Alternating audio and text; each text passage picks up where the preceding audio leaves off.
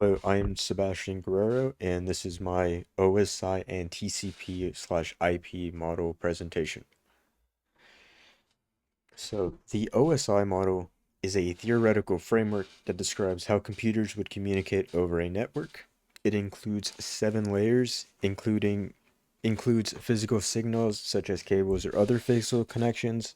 It could also include user applications such as email, and allows people to understand how a network is structured and how it works. So the 7 layers of this model are the application layer, the presentation layer, the session layer, transport layer, then the network layer, then data link layer, and finally the physical layer. So the TCP/IP model is a practical networking model. It includes 5 layers. It describes how the internet works. It combines multiple OSI layers with fewer steps and is the basis of real-world communication models. So the 5 layers are the application layer, the transport layer, the network layer, then the data link layer, and finally the physical layer. So the application layer is the first layer. The 4 main functions of the application layer are data representation, network service access, application protocols, and session management. So, protocols found in the application layer are HTTP, which is Hypertext Transfer Protocol, used for web communication, DNS, or Domain Name Systems. It translates domain names into IP addresses. Telnet provides remote login and file management services. DHCP, or Dynamic Host Configuration Protocol, it assigns IP addresses to hosts dynamically. FTP, File Transfer Protocol, facilitates file transfer between systems.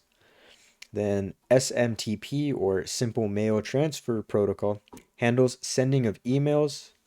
Then NFS, or Network File Systems, enable remote access to files as if they were local. And the final one is SNMP, or Simple Network Management Protocol, which manages and monitors devices in a network. So, data representation makes sure that all data is readable and understandable by users. It also converts and interprets user inputted data into a user friendly format. Then, network service access allows users to access a network. It also allows applications like email to access and send over the network. Application protocols are a set of rules that dictate how applications use the network.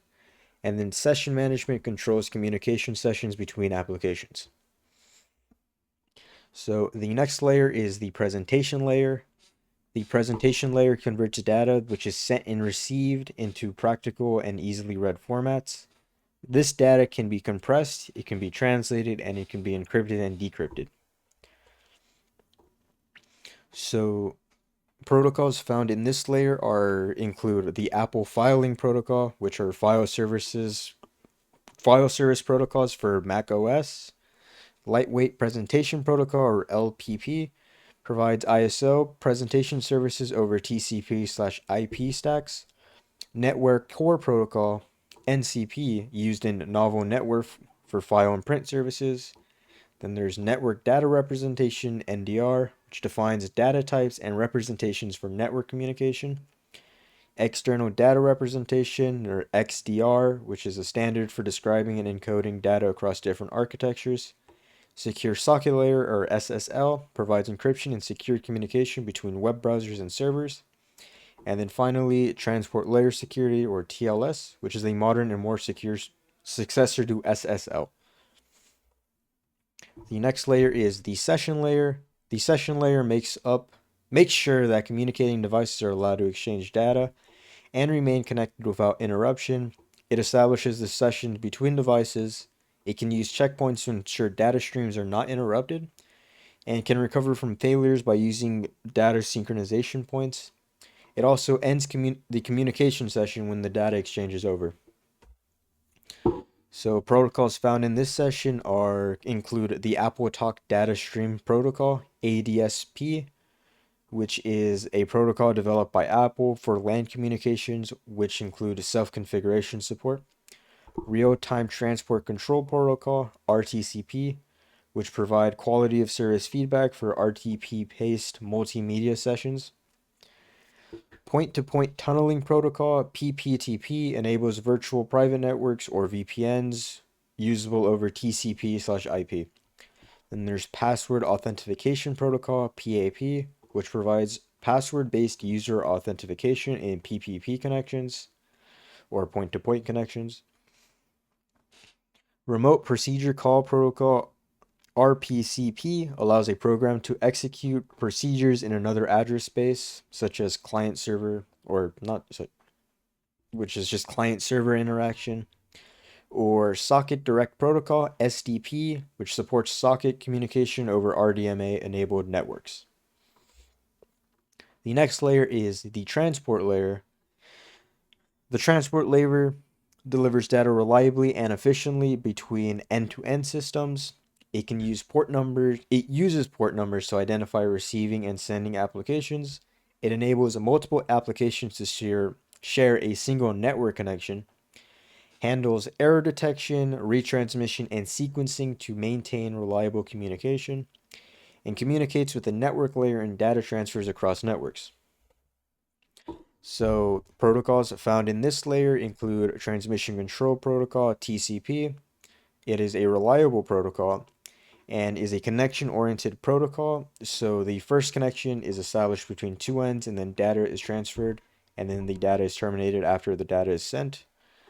User Datagram Protocol, UDP. It is a connectionless protocol. It is used when speed and size are more important than security and dependability. The data from higher layers is supplemented with transport level addresses, checksum, error control, and length information by UDP, and it is an end-to-end transport level protocol. A user datagram is the packet that the UDP protocol generates. Then there's STRAM Control Transmission Protocol, SCTP, which many internet applications use this one to perform transport layer duties similar to the UDP and TCP. It is also a connectionless packet network like IP. It facilitates data transfer over the network in scenarios involving one or more IP addresses. So the next layer is the network layer. It has logical addressing, which is where a unique IP addresses are assigned to devices to ensure that they're identified properly. Packetization takes transport layer segments and puts them into packets for efficient transportation. Host-to-host delivery ensures packets are delivered reliably over the network. Forwarding moves packets from the input interface of a router to the proper output interface depending on the IP address. Routing determines the fastest and most optimal path in which packets are sent and received. Fragmentation/reassembly, where large packets are split into smaller fragments to match the maximum transition unit or MTU of the network, and then reassembles the fragments when they're all received. Subnetting, where large networks are split into smaller subnetworks to optimize addressing and network traffic. Then network address translation, which maps private IPs to public IPs to add security and save address space during internet communication.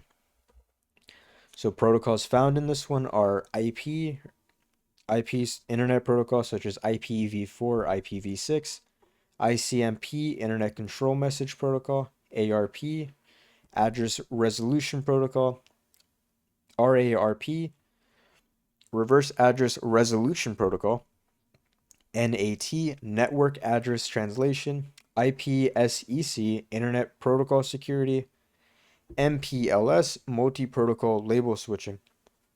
There are also protocols for routing such as RIP, Routing Information Protocol, OSPF, Open Shortest Path First, or BGP, Border Gateway Protocol. The next layer is the data link layer. It is made of two sublayers that control different things. The first layer is the logical link control, or LLC, which deals with multiplexing and controls the overall flow of data among applications. It also can provide error messages and acknowledgments. The second layer is Media Access Control, or MAC. This layer is responsible for the device's flow control and the transmission of data packets, encapsulates data frames to be transferred. It performs multiple access resolutions when more than one data frame is going to be transmitted. It also can perform collision resolutions and contributes to the protection against transmission layers. Protection of the transmission layers. Protocols found in this one are synchronous data link protocols, SDLC, high level data link protocols, HDLC, serial line interface protocol, SLIP, point to point protocol, PPP, link access procedure, LAP, link access control, LCP, or network control protocol, NCP. Then hardware found in this layer includes switches, bridges, network interface cards, wireless access points, and layer 2 switches. Then the next layer is the physical layer, which handles the physical and electrical data transmission. It can include cables, connectors, plugs, and receivers. This layer is responsible for transferring raw data bits between devices and defines hardware standards and signal types. Another thing included in this layer are the physical topologies of the network, such as point-to-point configuration or multi-point configuration. So, protocols found in this layer include Ethernet, which is widely used for wired networks, Wi-Fi for wireless communication, Bluetooth for short-range wireless communication, or USB for connecting devices over short distances. Then the differences between the models. So the OSI model is 7 layers, where the TCP IP model is 5 layers. The OSI model also has the session layer and presentation layer as separate layers, whereas TCP has both of those encapsulated in the application layer. OSI is a theoretical model developed by the International Organization for Standardization, whereas TCP is a practical model developed by the Department of Defense. OSI models have each layer as independent layers, whereas TCP, each layers can be integrated into each other. It also includes very specific protocols such as TCP, UDP, IP, HTTP, and are defined.